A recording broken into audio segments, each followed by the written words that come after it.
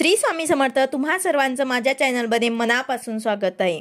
तर बघा, उद्या आहे शनिवार 24 फेब्रुवारी आणि उद्या आहे ते म्हणजेच माघ महिन्यातील पौर्णिमा तिथी। माघ महिन्याला अनन्यसाधारण असे महत्त्व आहे। माघ महिन्याच्या प्रत्येक दिवसाला खूप महत्त्व आहे आणि त्यातल्या त्यात पौर्णिमा जी आहे जिला आपण माघी पौर्णिमा असं सुद्धा म्हणतो, तर या दिवसाला सुद्धा अनन्यसाधारण असं महत्त्व आहे। तर या दिवशी आपल्याला माता लक्ष्मीला काही वस्तू अर्पण करायच्या आहेत आणि त्यामध्येच आपल्याला एकच फूल आणि एकच नैवेद्य म्हणजेच हेच फूल आणि हाच नैवेद्य या खास तिथीला आपल्याला अर्पण करायचं आहे। तसेच उद्यापासून तुम्ही तुमच्या कुलदेवीची एक सेवा सुद्धा सुरू करू शकतात, जी सेवा तुम्हाला रोज नित्य नियमाने करायची आहे। यामुळे काय होणार तर माता लक्ष्मीचा आशीर्वादामुळे आपल्या घरातील ज्या काही आर्थिक समस्या आहेत, धन संबंधीच्या काही समस्या आहेत, अडचणी आहेत, तर त्या सुद्धा दूर व्हायला मदत होणार आणि कुलदेवीची सेवा केल्यामुळे आपल्या घराची प्रगती होणार। तर बघा, कुलदेवी जर नाराजी असेल तर आपल्या घराच्या प्रगतीमध्ये बरेचसे अडथळे येत असतात। घरातील मुलांचे लग्न होत नाहीत किंवा घरामध्ये पुत्रप्राप्ती होत नाही, बऱ्याचशा समस्या नोकरी व्यवसायामध्ये अडचणी येत असतात। त्यामुळेच आपल्याला कुलदेवीची सेवा सुद्धा तितकीच महत्त्वाची आहे। तर कुलदेवीची कोणती सेवा करायची आहे आणि माता लक्ष्मीला कोणत्या वस्तू आपल्याला अर्पण करायची आहे, तर याबद्दलची संपूर्ण माहिती मी तुम्हाला आजच्या व्हिडिओमध्ये सांगणार आहे। व्हिडिओ पूर्ण बघा जेणेकरून तुम्हाला संपूर्ण माहिती मिळेल। जर तुम्ही चॅनलवर नवीन असाल तर चॅनलला सबस्क्राइब करायला मात्र विसरू नका आणि व्हिडिओला लाईक करायला मात्र विसरू नका।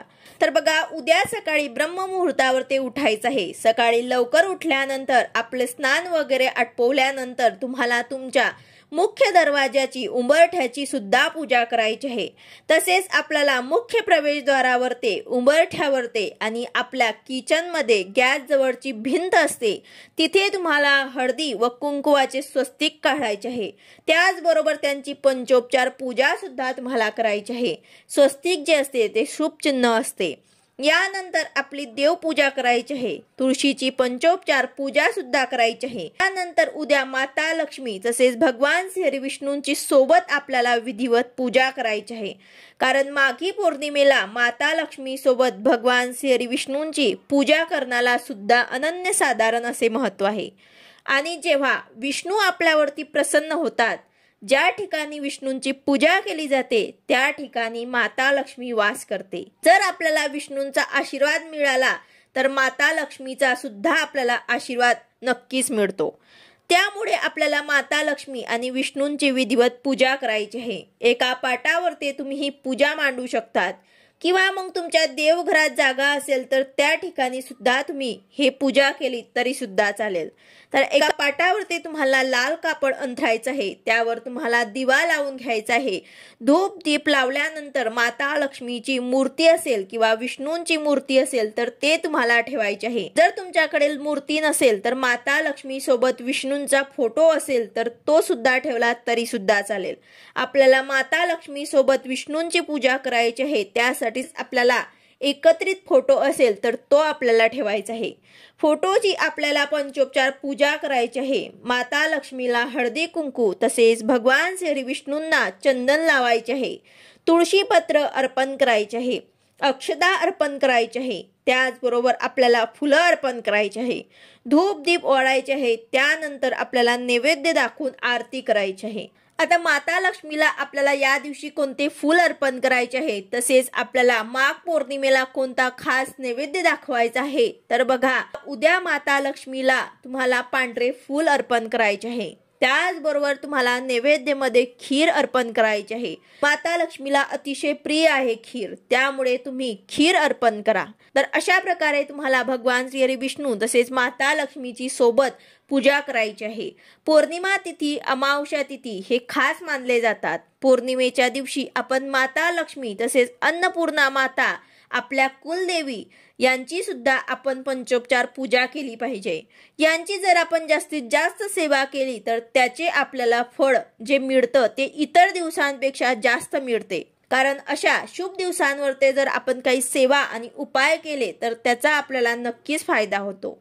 पौर्णिमेच्या दिवशी आपल्याला यथाशक्ती माता लक्ष्मीची, आपल्या कुलदेवीची तसेच अन्नपूर्णा मातेची सेवा सुद्धा करायची आहे। आता माता लक्ष्मीला आपल्याला हे फूल अर्पण करायचे आहे, तर तुम्हाला पांढरे फूल जे आहे ते तुम्हाला अर्पण करायचे आहे। तर तुमच्याकडे जर पांढरे फूल असेल तर अतिशय उत्तम, किंवा मग तुम्ही बाजारातून विकत आणा, पण नक्कीच उद्या माता लक्ष्मीला पांढरे फूल जे आहे ते नक्कीच अर्पण करा। पांढरे फूल जे आहे ते तुम्ही 1, 5 किंवा 7 अशा प्रकारे तुम्ही अर्पण करू शकतात। हे फूल तुम्हाला तुमच्या उजव्या हातात घ्यायचं आहे आणि 16 वेळा महालक्ष्मी अष्टकम म्हणायचं आहे। तसेच 1 वेळा कनकधारा स्तोत्र सुद्धा तुम्हाला पठण करायचं आहे। जर तुम्हाला दोन्ही शक्य नसेल तर कमीत कमी 16 वेळा महालक्ष्मी अष्टकम नक्कीच म्हणा आणि हे फूल तुम्हाला माता लक्ष्मीच्या चरणावरती अर्पण करायचे आहे। पूर्ण श्रद्धेने आपल्याला हे फूल जे आहे ते अर्पण करायचे आहे। त्यानंतर माता लक्ष्मीला तुम्हाला नैवेद्य दाखवायचा आहे, तो म्हणजे खिरीचा नैवेद्य। माता लक्ष्मीला अतिशय प्रिय आहे म्हणजेच खीर। तर तुम्ही खीर तांदळाची करा किंवा शेवयाची करा, तुम्हाला जे खीर बनवणं सोपं जाईल ते तुम्ही खीर बनवून देवीला अर्पण करू शकतात। जर तुम्हाला हेही शक्य नसेल तर साधं तुम्ही दूध त्यामध्ये साखर टाकून ते सुद्धा अर्पण केलं तरी सुद्धा चालेल। दूध तुम्ही अर्पण केलं तरी सुद्धा चालेल, पण शक्यतो खीर अर्पण उद्याच्या दिवशी आवर्जून करा। तर अशा प्रकारे तुम्हाला पांढरं फूल आणि खीर हा नैवेद्य उद्याच्या दिवशी आवर्जून तुम्हाला दाखवायचा आहे। त्याचबरोबर लक्ष्मी गायत्री मंत्र 16 वेळा, विष्णू गायत्री मंत्र 16 वेळा आणि कुबेर मंत्र 16 वेळा, त्याचबरोबर श्री सूक्त, कनकधारा स्तोत्र, महालक्ष्मी अष्टकम, व्यंकटेश स्तोत्र, विष्णू सहस्रनाम या मंत्रांचे स्तोत्रांचे पठण सुद्धा उद्याच्या दिवशी आवर्जून करा। ही सर्व सेवा करा, बघा तुमची आर्थिक अडचण, तुमचे जे काही प्रश्न आहे, तुमचे काही मनोकामना आहे ते नक्कीच पूर्ण होईल। तुमच्या घरामध्ये भगवान श्री विष्णूंसोबत माता लक्ष्मी वास करेल। तुमच्या घरामध्ये कुठल्याही प्रकारची आर्थिक अडचण राहणार नाही। त्याचबरोबर आता कुलदेवीची सेवा सुद्धा तुम्हाला उद्यापासून सुरू करायची आहे। तर त्यामध्ये तुम्हाला कुलदेवीला प्रसन्न करून घेण्यासाठी आपल्याला ही सेवा करायची आहे, कारण कुलदेवी जर आपल्यावरती नाराजी असेल तर आपण इतर कुठलीही देवी देवतांची सेवा कितीही केली तर त्याचा आपल्याला काही उपयोग होणार नाही।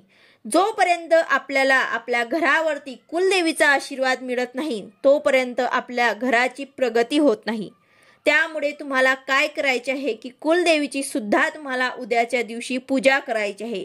आवर्जून तुम्हाला पानाचा विडा जो आहे तो तुम्हाला अर्पण करायचा आहे। शक्य असेल तर तुम्ही कुलदेवीची ओटी सुद्धा भरू शकतात, परंतु शक्य नसेल तर पानाचा विडा म्हणजे 2 विड्याची पानं त्यावर एक सुपारी ठेवली तरी सुद्धा चालेल।